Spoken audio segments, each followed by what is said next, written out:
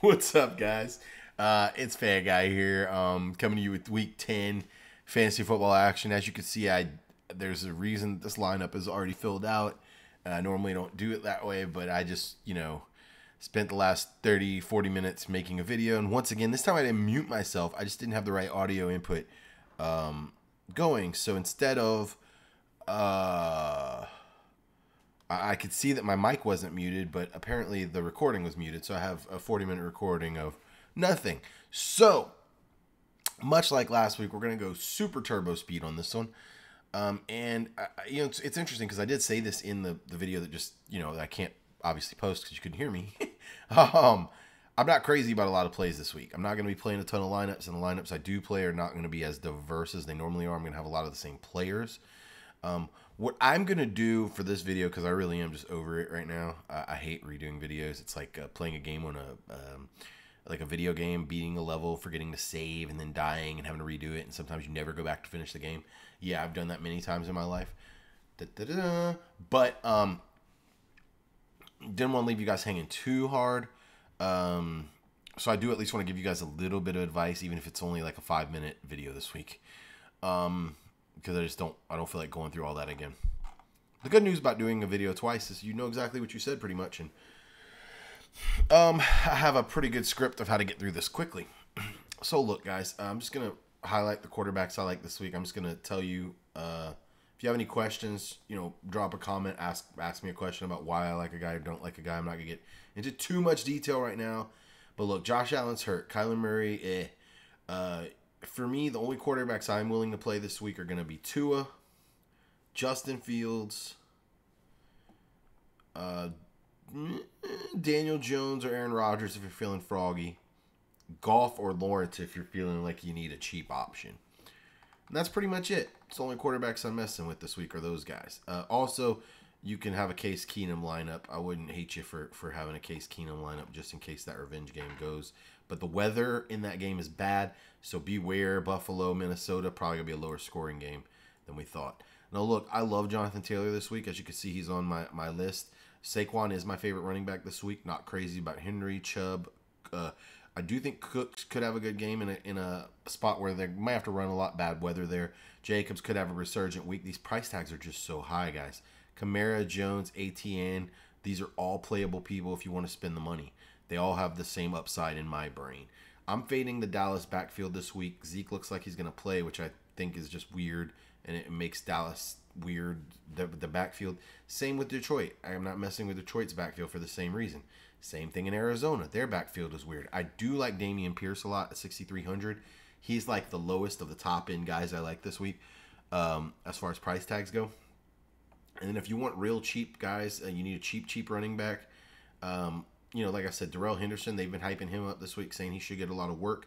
With Matt Stafford banged up, it is entirely possible that they try to lean on Darrell Henderson this week. And he's dirt cheap at 5,100, which is insane considering he's a starting running back. And all the guys ahead of him are all part of committees. Could also throw a dart at Devin Singletary, who, again, if Josh Allen sits this week, Buffalo could have a run-heavy game script against Minnesota in bad weather. So Singletary is another cheap option you could go with. Najee, for volume's sake, could also go with Najee for the volume. But I'm not messing with anyone else down there. A lot of these backfields guys are just super split right now. We don't know who's going to get the timeshare, and I follow the volume. So, again, I know I'm going through this kind of quick, but I'm staying away from all the timeshare folks this week. You're going to see me have a lot of Jonathan Taylor, a lot of Saquon, Jacobs, Kamara, Jones, ATN. Again, Jones is banged up with Jones and Dillon, so I do think one of those guys could have a big day. I don't know which, so I'm probably staying away from those. Pierce, and then Darrell Henderson. And then some of those other cheap guys we just talked about if you want to throw a dart. Again, I'm not commenting too much on the super high-priced guys because you know what the super high-priced guys can do. If you're watching me for me to tell you to play Tyreek Hill or Cooper Kupp, then you're watching the wrong video. Like, you can watch anybody to tell you, oh, play Tyreek Hill, play Cooper Kupp. Like, okay, yeah, whatever. But, they cost $9,000. So, again, this whole tier for me, receivers this week, again, last week I had Devontae Adams, who was super high-priced, on like 60% of my lineups. This week, I'm not crazy about any of these top guys. I think any of them could go off. That's why they're the top guys. But for the price tags that they're rocking, and some of the other, the fact that there's not a lot of good cheap quarterback options this week, there's not a lot of good cheap running back options this week. This is a week where you really need to find the deep value in receiver. And none of these guys look in a spot to me where they could like break the slate. Maybe Tyreek, but I actually like Waddle a little more than Tyreek this week. But at his price tag for 1B is just too high. I do like St. Brown, Olave, and Cooper a lot, though I think with Jarvis Landry coming back could hurt Olave's target share a little bit, and Jarvis Landry is really good value at 4,500 this week. I'm going to have him on some lineups as well. So I like all these guys, right? I like CD, Olave, Cooper. I think Cleveland's going to be trailing Miami, so look for Cooper. But more for me, I'm going to be playing more like Donovan Peoples-Jones, who has been quietly very consistent for Cleveland in the game where they're going to have to throw. So, yeah, should Cooper have a better day than Peoples-Jones? Yeah, he should. He's also 2,200 more. And realistically, Peoples-Jones has a lot of upside this week at his price tag. Gabe Davis, no go without Josh Allen. Pittman, no. Lazard, maybe, because Romeo Doubs is out. So you could see Lazard get a ton of action this week. I'll be having Lazard on some lineups. I'm not crazy about any of these next guys. If Cooks goes, he could have an okay day.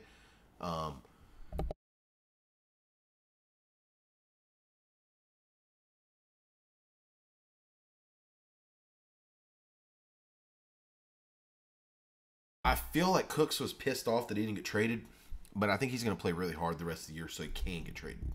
So I think Cooks has some sneaky upside this week too. Rondale Moore, crazy volume for being this low priced. I don't think he has tremendous upside to break a slate. But again, if you're looking for, just a good floor for whatever reason, Rondale Moore is there for his price tag. Kadarius Toney, this could be the week he comes out with the Patriots. With the Chiefs. I am going to have him on some lineups with Mecole Hardman out and Kadarius Toney kind of stepping into that role. You can believe that I'm going to stack him with Mahomes on a couple of lineups. No, I'm not crazy about any of these guys. Not crazy. Okay, Jarvis Landry at 4,500. Again, really good value here. He's going to get some volume in New Orleans. It should be a low-scoring game. But again, beggars can't be choosers when you're getting to this range of the price tags. So I think Jarvis Landry is definitely a great play for his price tag. And the other person that I would consider playing would be Marquez Valdes-Scantling. 4,100. Again, with Mecole Hardman out, we don't really know what KC's going to do. As you can see, the lineup I have in this particular one has Juju. So I'm stacking somebody with these Mahomes lineups, but it won't always be Juju. And some of these I am going to stack Toney, and I probably got 2 lineups where I play Mahomes and Kadarius Toney, and probably 2 lineups where I play Mahomes and Valdes-Scantling, and then probably 2 lineups where I play Mahomes and no stack because he just he has the potential to spread it around. So also to keep that in mind. With Mahomes, you don't necessarily need to stack. Tight ends. So look, I like all these tight ends. I'm not going to play Kelsey because he's just too expensive.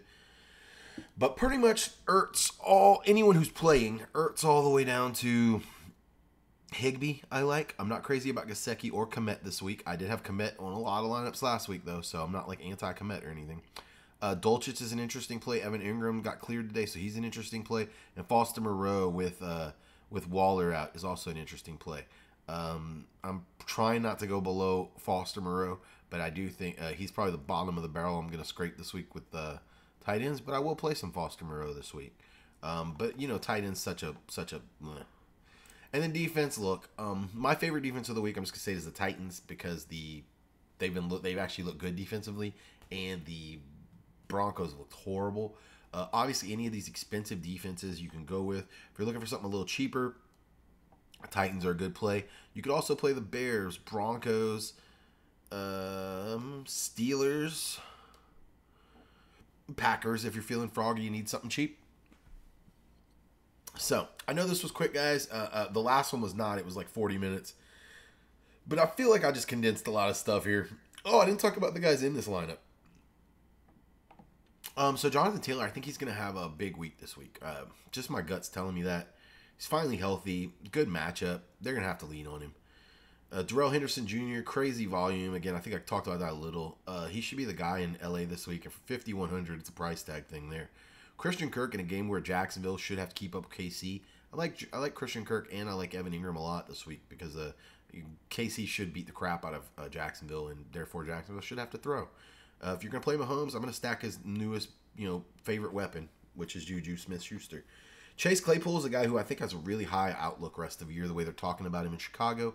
But really, again, it comes down to a price tag thing here. At $4,800, you can't beat the value that Claypool is going to bring when you know they're looking to get him involved early and often. Hawkinson, I normally won't play him in a lot of lineups because he's a very expensive tight end this week. But it just so happened on this particular lineup, I took enough cheap people to play Hawkinson. And because Minnesota-Buffalo, even though I think it's a low-scoring, not pass-heavy game, I think the long ball is going to be affected by the weather a lot more than the short intermediate passes. And I think that's where Hawkinson's going to shine. I think he could have a really big day. Donovan Peoples-Jones, again, I just think Cleveland's going to have to throw to keep up with Miami, and he's one of their deep threats. A lot of opportunity there. So, if you have any specific questions about any players or anything, guys, I'm gonna stop trying to have these technical errors like I have the last few weeks so that I can get you guys a full-length video. But, I really do think I covered most of what I needed to say in even this short little 10 minutes. So, just keep an eye on the weather. The Bills Vikings game might be a little lower scoring than people think. Houston and New York, also not great weather conditions there. But that's going to be a heavy run script anyway. So, best of luck, guys. Go crush it. Make some money. Let me know how you did in the comments. Drop a like, subscribe. And maybe one day when I get enough of you subscribers, I will actually redo 40-minute videos. But right now, I just can't, man. It's killing me to try to even think about redoing that whole video. So here you go, 12 minutes of fan guys insight until week 10. The truth is, guys, I don't like a lot of plays this week. I really don't. Not crazy about a lot of plays the way I was about a lot of things last week. So we're just going to try to piece it together the best we can this week and make that money.